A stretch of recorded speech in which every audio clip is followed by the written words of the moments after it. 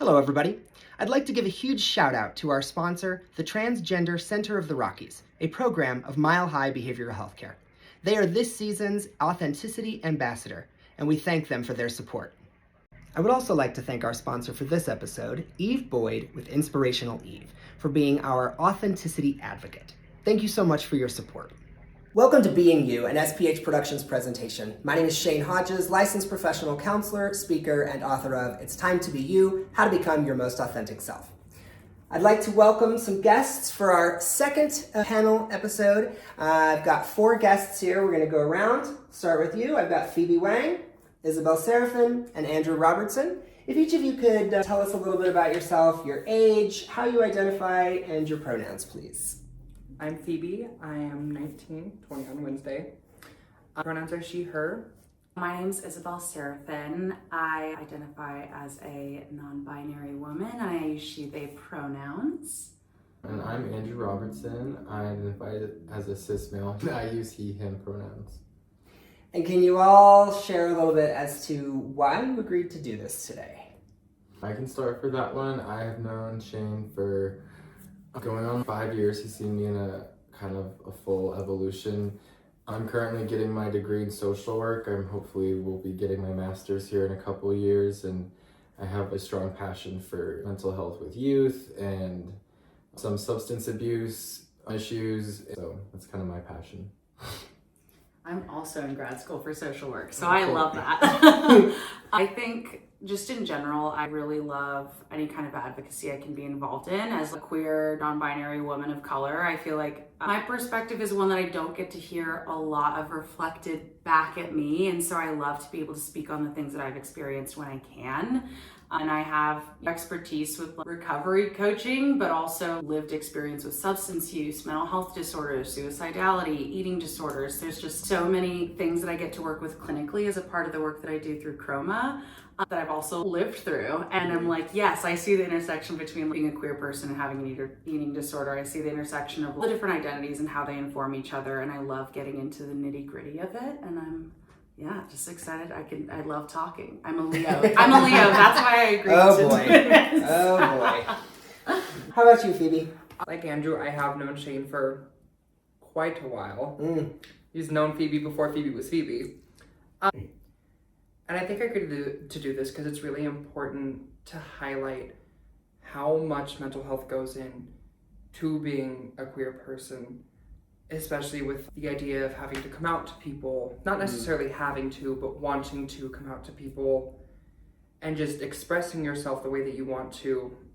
And I just feel like a lot of people feel like they need to hide that or hide how they're feeling, especially with mental health. And I think I would love to see it more normalized, to be more open about mental health. Agreed. Well, I thank you all for being here. I want to start with some statistics.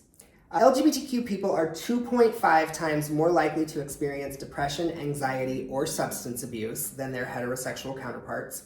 Transgender individuals in particular are nearly 4 times more likely to experience mental health conditions. Approximately 50% of LGBTQ plus people report depression and nearly 60% report anxiety. According to the Trevor Project, approximately 39% of LGBTQ plus youth seriously considered suicide in the past year. And some contributing factors are discrimination, stigma, family rejection, bullying, violence, and barriers to healthcare. I also wanted to touch on some LGBTQ laws and other movements on that front. At least 17 states have passed laws in the past year. ACLU reports over 600 anti-LGBTQ plus bills were introduced in 2025, and 70 laws were enacted that year. 27 states have banned gender-affirming care for minors, according to the Human Rights Campaign. 19 states have bathroom restrictions for transgender people, and currently the most restrictive states are Florida, Texas, Tennessee, and Oklahoma, while the most protective are Colorado, California, and New York. What, if anything, stood out for you guys from any of those statistics or information? I think the youth issues are ones that really strike me so much, because working at an LGBTQ treatment center, identifying as LGBTQ myself, and I compare myself to the clients quite a bit in our experiences. And when I look at our clients, what they come to us to receive treatment for, it's just so different for people who grew up in affirming households versus who didn't grow up in affirming households, people who had access to gender affirming care versus those who are seeking treatment with us with their most recent trauma being having their gender affirming care being taken away.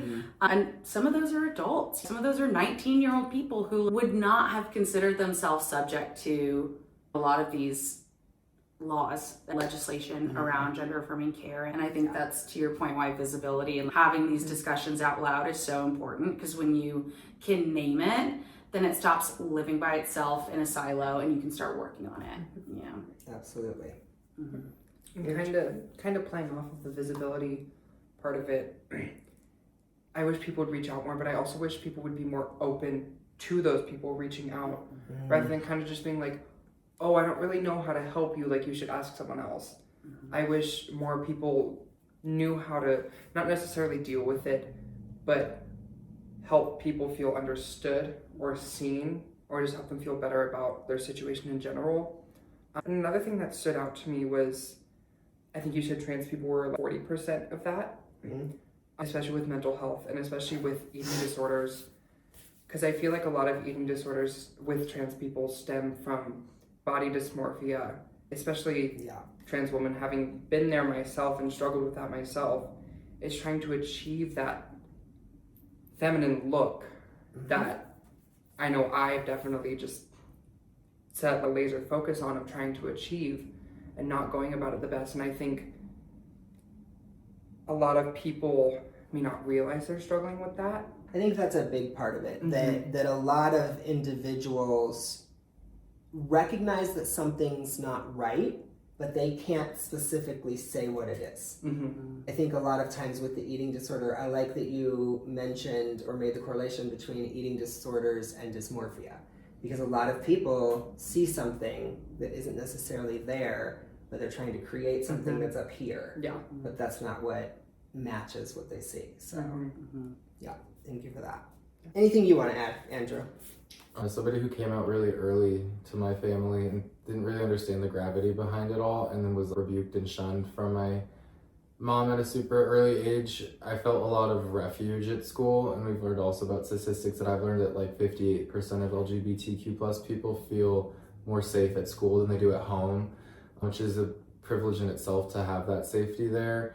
I feel like when I was at that age, and I was definitely using substances at a very early age and getting in trouble in high school, something that I've been reflecting on a lot now that's made me kind of frustrated is the teachers and the administration at the time who knew my situation of being gay, but having a mom who wasn't accepting, knew that I was drinking in school or smoking weed in school, but they never really wanted to do any type of intervention, or really all the help was more centered from a substance abuse standpoint rather than the LGBTQ plus.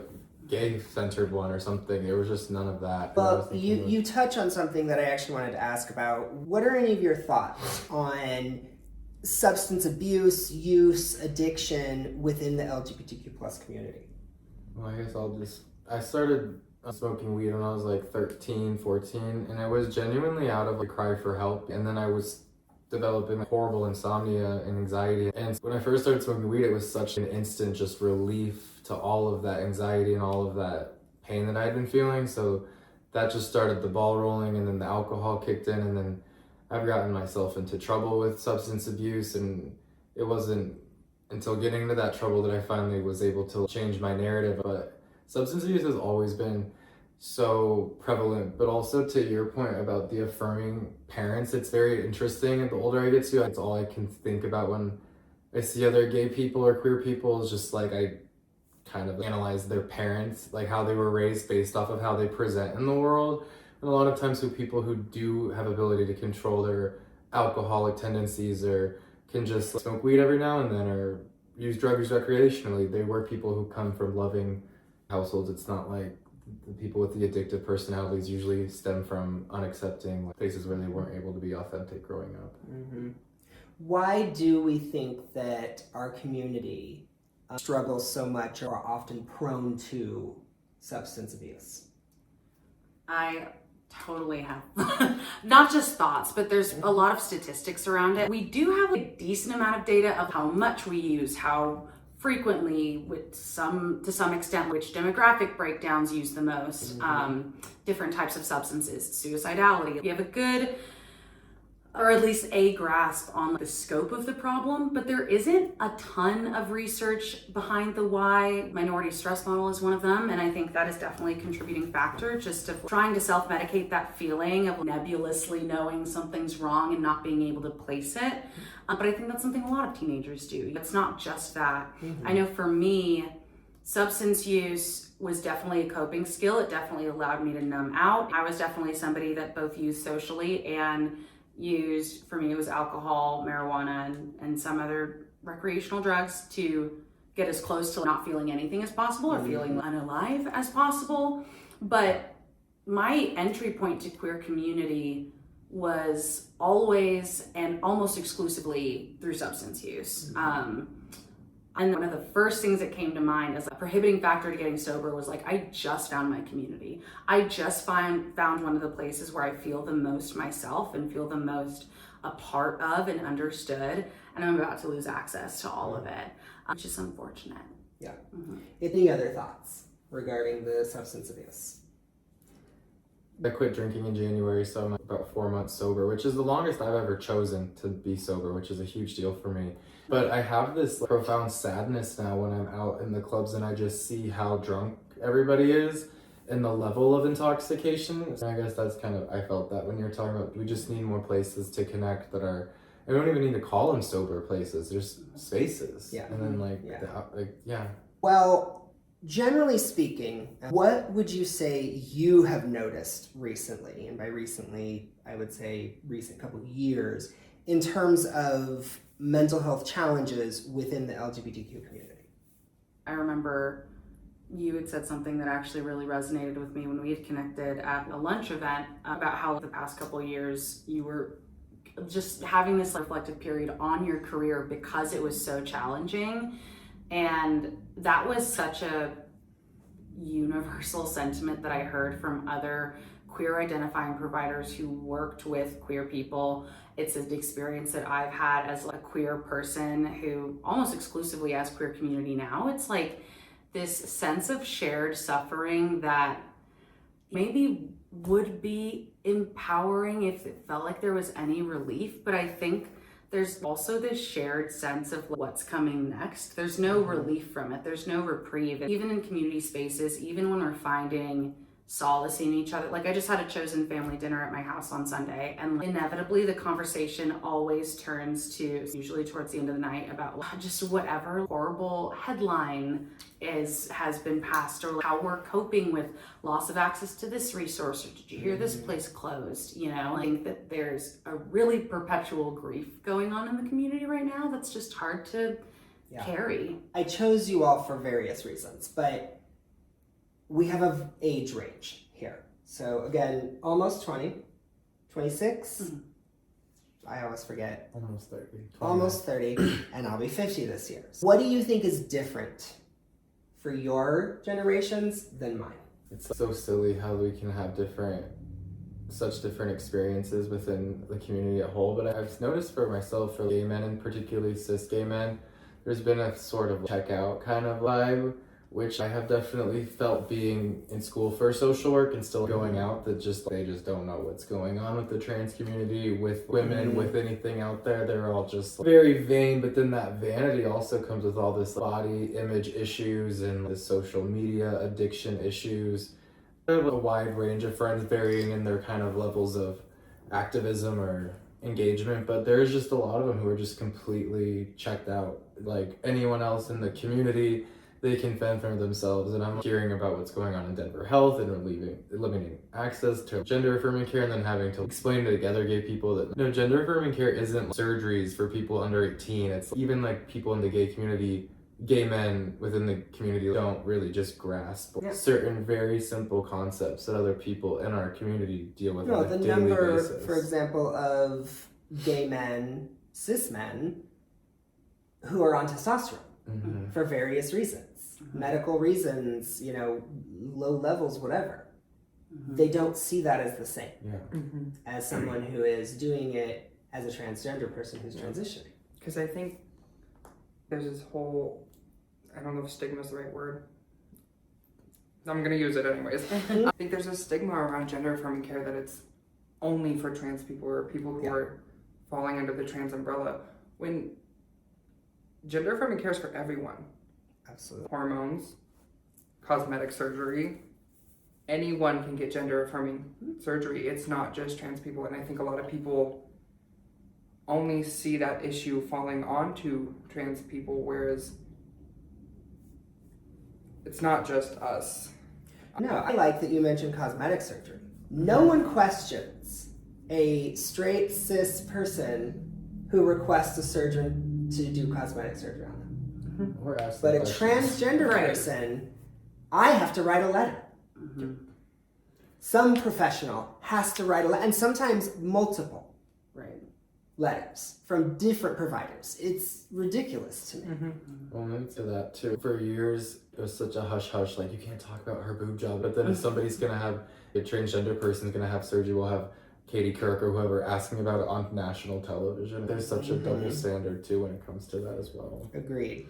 So I have PMDD, which is a hormonal disorder that occurs in people with uteruses that causes me to be suicidal. So I take hormone-based birth control to help with that, which is gender affirming care. I also have recently read about different framings of things like endometriosis and POTS and there's another one I'm thinking of, those types of hormonal imbalances being a category of being intersex. The way that we think about what constitutes gender and what constitutes secondary and primary sex characteristics in and of itself is, I think, a lot more ambiguous than what you can fit in a headline. And so it's easier to just fixate on shock value with children and with trans people. And I think the oversimplification of it is part of the problem. Absolutely. What are some of the potential causes that exacerbate mental health problems within the LGBTQ community? Yeah, I think that the minority stress model is one that gets cited a lot. I do think it's just generally really hard as a person who has queer community, and certainly as a person who is subject to the kind of legislation you were talking about. You can have all the confidence in the world. My girlfriend has been transitioning for 12 years, is very comfortable with herself. She's in her 30s and is living her life, and it's still hard for her to, it's hard for anybody to see like, hey, the whole country is pretty not accepting of you, because that's the way it's framed, is with that black or white thinking. I'm Hispanic and I'm a dual citizen, so not a black and white citizenship. But even though I'm a legal citizen, it is very hard and takes a huge toll on me to see people that look like me or people I identify with being talked about so inhumanely. And it's hard to not internalize that. I think a lot of queer people just are feeling the impact of that. And I think when you had mentioned the age issue too, I do think that there's something to Gen Z queer people. I'm technically Gen Z and Gen Alpha, to where there is a difference in resilience and what forms resilience. I think some of the things that we've done really well, teaching social and emotional learning at a young age, has really equipped people to talk about things. And then the rest of the world has not really changed, so people just have a lot more language to talk about an increasingly abysmal world that they're living in. You know, we get a bad rep for being dramatic, or like every queer person is neurodivergent, and it's like, we're all neurodivergent. Like, we'll start there. We just have like the language to talk about it, you know? Again, the black and white. It's like we've got to put somebody into this bucket if they're not normal or they don't do it like the majority. I agree. We're all neurodivergent. Go ahead. Kind of piggybacking off of the confidence aspect and the dramatic aspect, I think, kind of from my view, is seeing people like me portrayed in the media and giving me that confidence to be proud of who I am, express who I am, but then being ridiculed for being too loud, too open, too big with my personality. And it's like, well, why are you showing me that it's okay for me to do this, to then go and ridicule me and tell me to calm down and be quiet about it? I love that. Well, how do we feel experiences like discrimination, microaggressions, or you had mentioned earlier family rejection, and you've talked about that, we've talked about that before. How do you think those contribute to a person's mental health? I think that sustaining any kind of hardship we know psychologically can create these wounds and core beliefs, especially the younger you are. I think of the family rejection piece, that's your most persistent, long-term sense of attachment. And it just, again, for anybody, LGBTQ or not, it can cause so many issues if you have a fracture or a separation from a sense of security in family as a young child. And I think just to speak to one piece of it, I think the unfortunate part with the microaggressions and discrimination, I think is something you spoke to a little bit of, just when it comes from within your own community, that can be particularly tough. And I think it comes a lot of the time from a really good place of care, but it can feel like a betrayal for younger people when it's the place that you're seeking solace and safety, and suddenly feels like, oh, you don't get me either. And then it feels like a repetition of family rejection. It feels like this one place where I should feel safety, I don't. That can be just heartbreaking. This brings up a question that I have for all of you. I've noticed there can be a disconnect between the generations, even within our community. So I'm wondering, what, if anything, have you experienced with older individuals in the community, meaning my age or older, and or what message would you like to share with them about understanding aspects of what you all have gone through or are going through? I feel Denver needs more spaces, is the first thing I'll say, for all identifying types of people, so we just can all be out, because I feel like whenever I go out, there really aren't that many older gay people, older gay men, women, however they identify. But when I was on a cruise, the top of the boat was like a smoking deck, and the whole top of it was just all the older gay men just smoking cigarettes the whole time, and I felt the most safe, and I just loved going and sitting down with them at the tables and hearing their stories. So I guess the message that I would want to say is, we want to hear your stories, and we want to share spaces. Why do you think you felt more comfortable up there? I definitely have always identified as an older soul. There's just a calmness. I think, because also going back when you were talking about the mental health, I think so much of the issues now is like social media and like different dating apps. And when you're around a different age group, you feel like you're being heard and being listened to, and you're just being in somebody's presence, which I feel like even if you're at a club with like 20 people, sometimes you don't feel like anybody's actually connecting with you. But you're with older people and you're sitting down with them, you're just sharing stories with them and connecting more. As the youngest one, what are your thoughts? I have words. I have words, trust. I think, like you said, being able to hear different stories within my own generation, there's a lot of very similar stories. So I feel like sometimes it's like, oh, we're hearing this again and again. Whereas when you're talking with different generations, it's less heard, so the people are more open to actually listening and or helping, rather than just going in one ear and out the other. Whereas sometimes I feel like talking to people I know that are my age, it's just like they've heard it before, so they don't want to hear it again. Whereas with older generations, it's a very different perspective. And maybe they are more interested in hearing stories from people my age. Interesting. All right. I think the only thing I would add to that is I really have a lot of respect for people that fought for my right to be out. And at the same time, there were a lot of cis gay men who were very much not actually fighting for my right or for trans people's rights. And it's because they were clinging to this sense of legitimacy that they saw, again, as life or death. We have to be as legitimate as possible, or else the rest of the world isn't going to accept us. And I think the two things that always strike me about that is, one, they're not going to accept you anyway. I think those who are open will be open, and I do think people's minds can be changed. But I think when it comes to fighting for legitimacy, the Overton window is just so much wider than we think it is. And I'm just as guilty with younger queer people. I'm like, oh, that's cringe. Please don't use that language. You're like, why is this a thing?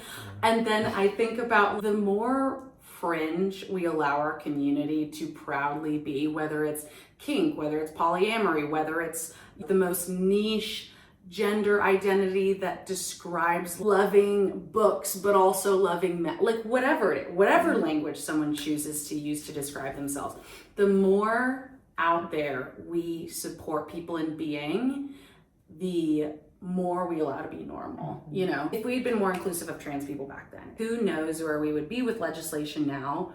It may or may not have mattered at all. The Equal Rights Amendment didn't get passed anyway, you know? I think what we're getting at here is the aspect of coming together as a community. When you can connect and have a conversation with someone who is different than you, it is amazing how much and how quickly you can learn.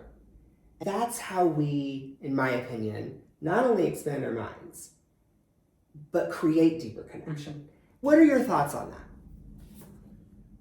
It's interesting. I'm writing a paper all about our intersecting identities and basically talking a lot about that. But I think understanding your own positionality and your intersecting identities and how that led to whatever life you led. I want to potentially work with people who are incarcerated or getting released from prison, and I feel like it would be super healing to be able to come back to the point where you made whatever decision you made to get yourself in prison and then change the narrative of that person in that time, not who you are now, but that person, and really look on some type of therapy around that. And that's something that I'm really passionate about. I can't wait. I'm excited. Yeah, I love that you brought up the idea of intersectionality. I love talking about it, getting into all things intersectional identity, and it's mostly because we all have intersecting identities, and you can find an intersecting identity that you can use as a conversation starting point with anybody. And I think leading with curiosity about the identities that don't intersect, falling back on the identities that do, give you a sense of safety to be able to talk about things that you might not feel comfortable bringing up. But I think empathy is huge. I could probably get pretty far in conversation talking about my own experiences, receiving and giving empathy, and being able to bond more about human emotion and the experience of feeling fear, the experience of feeling like people like you might disappear. You know, there's so many things that we can find common ground on when we lead from curiosity instead of hostility. Yeah, absolutely. I think Absolutely. it's funny you're saying you have this shared identity of being an alcoholic, and if like us as just the human race could just understand and have the shared identity of being human, you could just all be in an AA meeting together, but on the planet Earth together. It's like it really could just be that easy. Well, and I think it's interesting that you brought up safety. So first of all, I want to ask the question, which I think I already know the answer to. How many of you have ever experienced a moment where you felt unsafe because of who you were? Yeah? Okay. So what is it that makes you feel safe?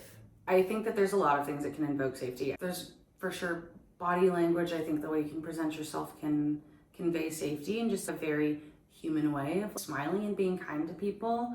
I talk a lot about mental health advocacy because so many times I've had people confide in me about things that they say that they've never told anybody. And I think a lot of that is because I will talk so openly about being polyamorous, which is still pretty taboo, about having experienced self-harm at such a young age, sexual assault. Everything that I share about that was a negative experience for me is a connection point for people. And so I think also just whatever intersecting identities you have, being very outspoken about them can go a long way in facilitating safety. Well, I want to ask, because again, from my generation, I think there's likely very different answers here. Why do you all feel that LGBTQ individuals might be hesitant to reach out for mental health help and support? I know for me and a lot of people that I do know, I think it's the fear of being judged for what they're reaching out for. Because some people may feel like their issues aren't as big as others or might not be as important, which is so incorrect. Everyone's struggles are important and everyone's struggles are valid, and everyone should be listened to and not just like, oh, wait your turn, like this is more important. Because everyone's going through something different, and it doesn't matter the severity. I think everything, instead of making other people wait, or not necessarily wait, but to be told, oh, your feelings aren't as important as this person's, I think it needs to be more normal to be like, your feelings are valid. Yeah. I'm going to touch on that. Let's have some thoughts on that. Anyone else?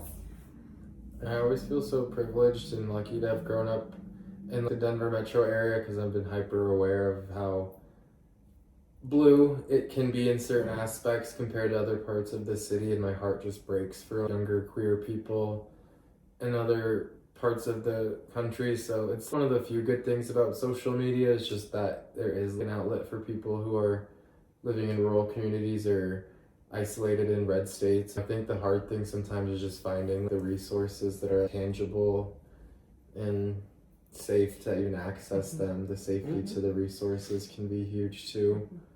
Yeah, I think the number of resources and accessibility, especially financial resources, is a big barrier. I think even things like transportation and physical ability can be a barrier for a lot of people. So, starting with what you said, the compare and despair is something I get into with a lot of people, where my stuff isn't as bad as theirs. Comparing your mental health or quantifying mental health, I think, is something that happens far too much, unfortunately, and it's horrible. So I appreciate that you bring up that aspect of like, well, mine's not as bad as others. And then you mentioned the social media, and it's interesting because your comment was a positive for it. Because you said there's outlets for people that are in those rural areas to connect. And I absolutely agree. And the reason I bring it up is because that's an example of how just about anything has pros and cons. Because social media is a big part and cause, in my opinion, of the compare game. And it's something that allows people to connect with others. So I think it's interesting that we have both of those different pieces.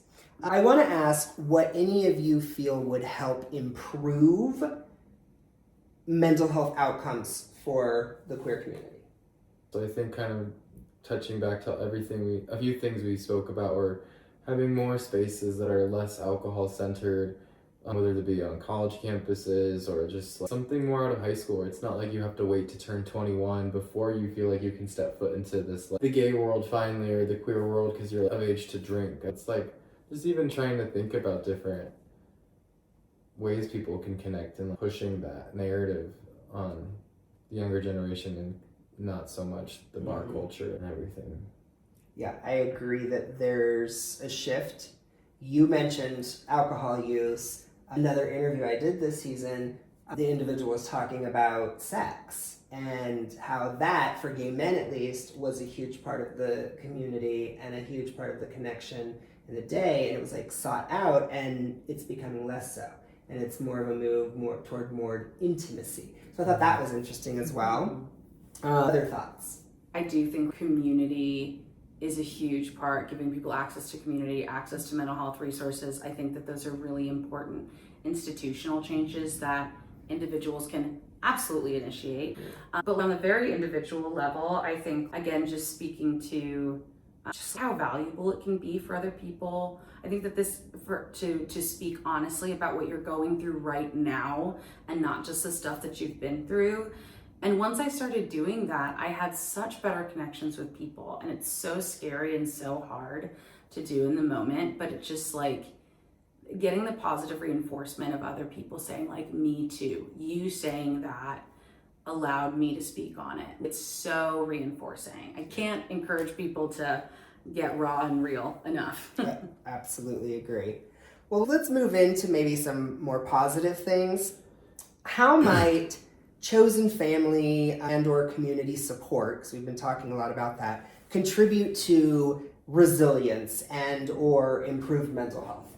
Well, I don't want to toot your own horn, but your audience probably doesn't know. I've known you for like 5 years now. When I first met you, I was a hot mess express, and it was like I talk about you a lot at school, you and another friend of mine, and just your story and going back to school later and the possibility and being able to work and go to school, because for so long that was it was just something that I didn't think possible. And also then meeting you and your husband and having a chosen family for the first time, and just being in a room full of gay people or queer people, and opportunities that has brought me. And now I'm in the position where I'm sharing that and bringing other people into the fold, and like I just want to help people be their fully actualized queer self. It's like there's no better way to live, in my opinion, and I don't ever think I would have gotten there without meeting you and having you be a chosen family member of mine. And it's just beautiful. And that's also funny, when you get older and you have that, it's like, and then getting sober too, it's like you just see things in such a different way, and you have such a bigger appreciation for the people who really stick around, and the real one, the ride or dies, I guess. But I've lived in Denver my whole life, and now at almost 30, I feel like I have people around me who know me, see me, love me, and I have been, like, it's something that took 30 years to get, so, yeah. Well, thank you for that. Yeah. How about the two of you? Anything regarding community and or chosen family and how that helps? You do have something this time. I think community helps not only in a way that knowing that you have people that care about you, but maybe also people you can relate to. Mm-hmm. I think that was a really big struggle of a lot of people I know, and myself included, was not being sure that I would ever not feel alone. And I think the community plays a huge part into that, because part of what I seek in a community is knowing that I am seen, I am heard, and I'm not alone. There are other people who have experienced similar things or understand what I'm going through or what has happened in the past. And I think that's a really important part of community, is knowing that you're not alone. You have people who truly love and care about you, whether they can relate to you or they can't relate to you. Agreed. Can't relate to you or cannot relate to you. There we go. Yeah, I think it's interesting that the question was kind of about how we can foster resilience. The question was about resilience, and the response was all about community. And I think that tells me two things. I think that tells me, one, what it is about resilient that makes you resilient is just sticking around. I think of the people that have stuck around, my friends that I still have for years. We've all been hot mess express, and the only reason we're still here is because we just stayed. We just continue to just be, really to just be. And sticking around in community, even when you feel awkward, even when you feel different, even when you feel alone, goes such a long way.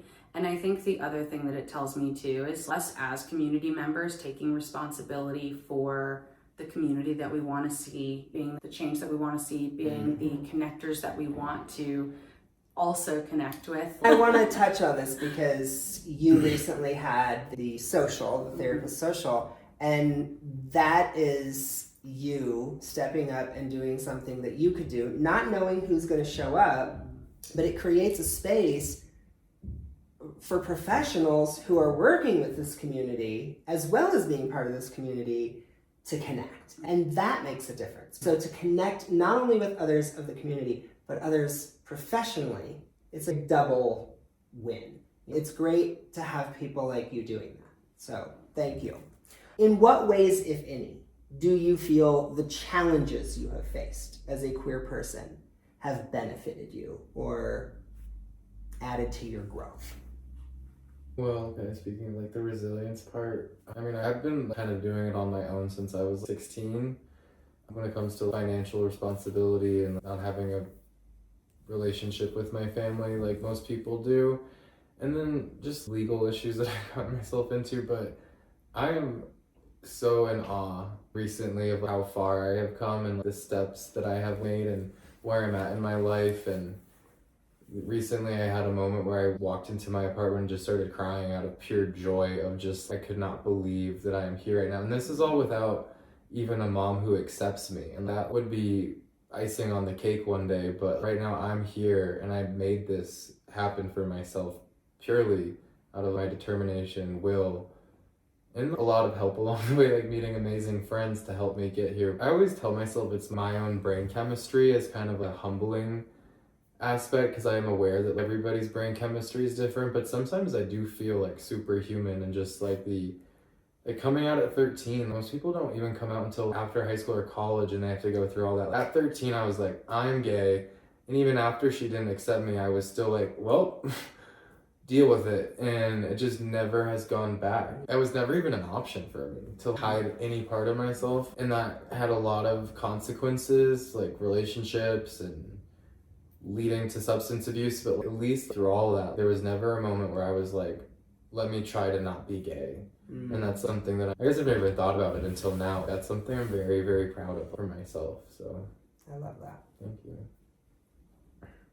What about either of you? Again, I think the stuff that I've been through very much now feels like an opportunity to connect with other people that have felt the same thing or have been through something similar. It gives me the opportunity to create community around things that are really hard for people. I think that for me, I am really grateful for my intersectional identities. I think I'm just really, really grateful because I think going through adversity is a big part of resilience. And I think a big part of the reason why I've made it to where I am now is because I made the decision to just stick around, whether I wanted to or not. There was a version of myself that stuck around so that future versions of myself could learn. And the more of those experiences that I've banked, the more experiences I can have now where it's like, well, I made it through that thing, which wasn't quite as bad as this, but it's pretty close, or I've made it through way worse, so as bad as this feels, I can do this, you know? And I think there's a level of adversity that builds resilience, and I'm grateful for that. Yeah, I don't know if I think it's on topic, but it could be completely straying. But I think, again, playing off the resilience aspect, seeing that resilience in other people who have gone through many different things kind of gives me, and I hope others, it gives people hope that it gets better, because I'm a very big believer in it's going to get worse before it gets better. And I think seeing that resilience in people like me or people similar to me really gives me that positive outlook of like, hey, it's going to be okay. You got this. You're going to get through it. It does get better. Yeah. So I think seeing that resilience really, really helps. Excellent. Well, this brings us to our wow segment, the words of wisdom.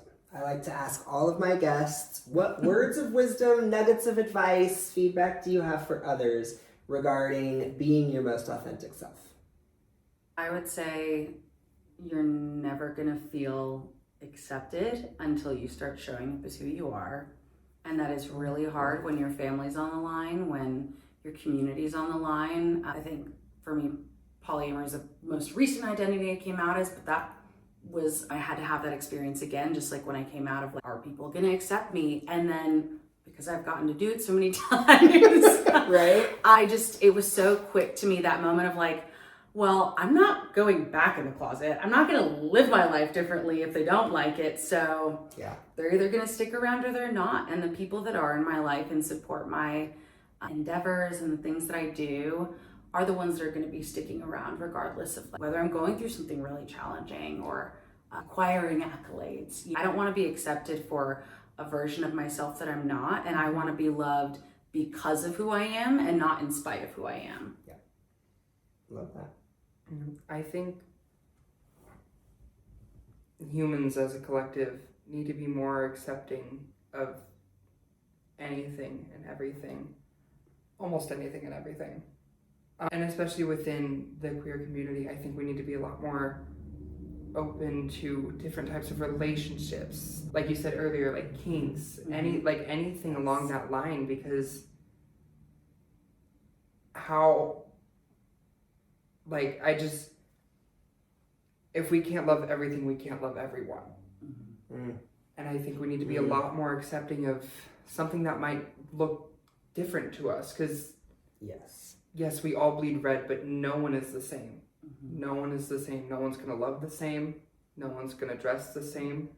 No one's going to identify the exact same way.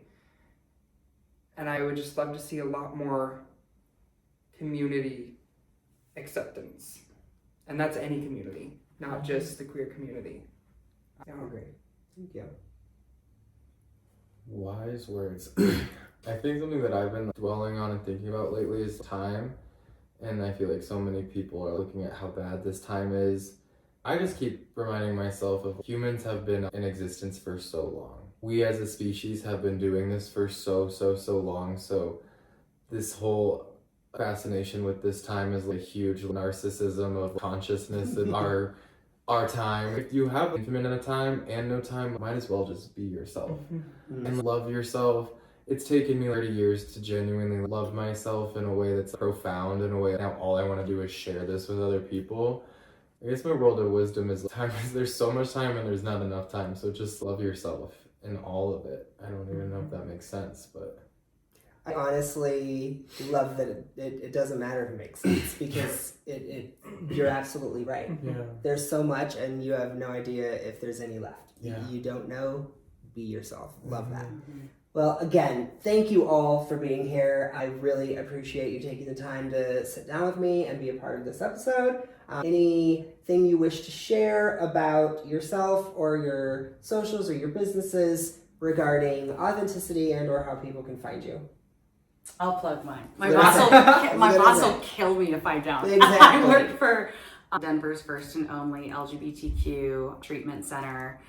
We are mental health primary. We also work with substance use disorder. We have housing for clients in our program. And even if I was not working there, I would want to, and two, want to go there. And I think beyond that too, because it's not right for everybody. My socials are just my first and last name, Isabel Serafin. I am so easy to find. I have my phone number on business cards everywhere, but finding resources is so crucial, and good resources can change the trajectory of your life. So I always encourage anybody who's struggling, if they don't know where to go, if they don't know where to find community, if they don't know what to do next, they can reach out to me. That's a plug for anybody who's watching. And where do you work? And I work at Chroma Wellness Center. ChromaWellnessCenter.com is our website. Excellent. And just call our admissions line, and me or one of two other people will be on the other end of the phone. Well, again, thank you all. Thank you all for watching. Again, my name is Shane Hodges, licensed professional counselor, speaker, and author of It's Time to Be You, How to Become Your Most Authentic Self. Be yourselves and have a great day, everybody. Thanks again to the Transgender Center of the Rockies for being this season's Authenticity Ambassador. We appreciate all the work you do. Check them out at transgendercenteroftherockies.org.